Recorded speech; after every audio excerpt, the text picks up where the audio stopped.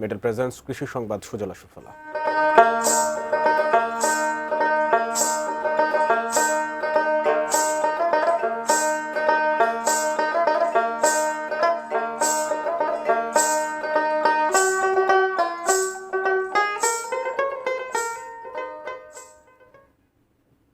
আখ চাষ বাড়াতে এবং মিলে সরবরাহ নিশ্চিত করতে আখ চাষিদের সার, বীজ সহ প্রয়োজনীয় উপকরণ ঋণ হিসেবে দেয় বিএসএফআইসি।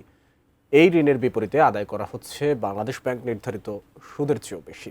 অতিরিক্ত সুদহারের কারণে আখ চাষে নিরুৎসাহিত হচ্ছেন নাটোরের চাষিরা।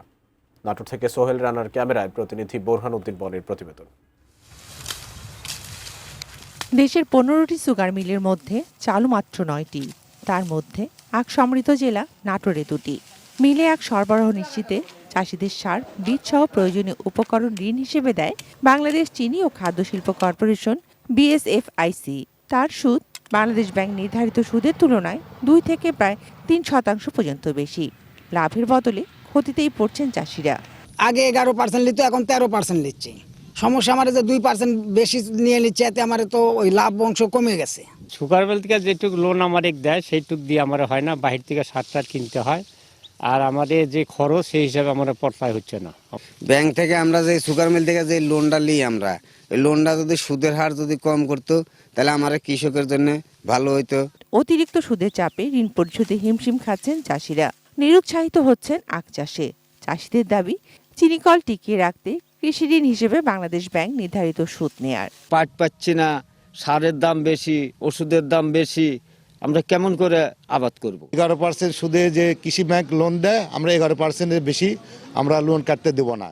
আমরা এই বিষয়ে একটা আবেদন করেছি চিনি ও খাদ্য শিল্প কর্পোরেশনে, এবং তার আশা দিয়েছে যে 2% সুদ আমাদেরকে কমিয়ে দিবে।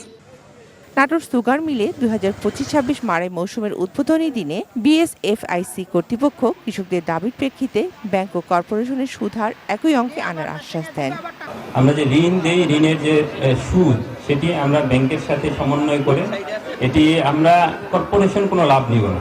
ব্যাংকে যে রেট আমরা এটি তারা আপনারা যেটা আবেদন করেছেন এটার ব্যাপারে আমি নিশ্চয়ই আমাদের বোর্ডে এটি উত্থাপিত হবে এবং আশা করি এটা সমাধান হবে। Shakil Aziz, desk report, ATN news.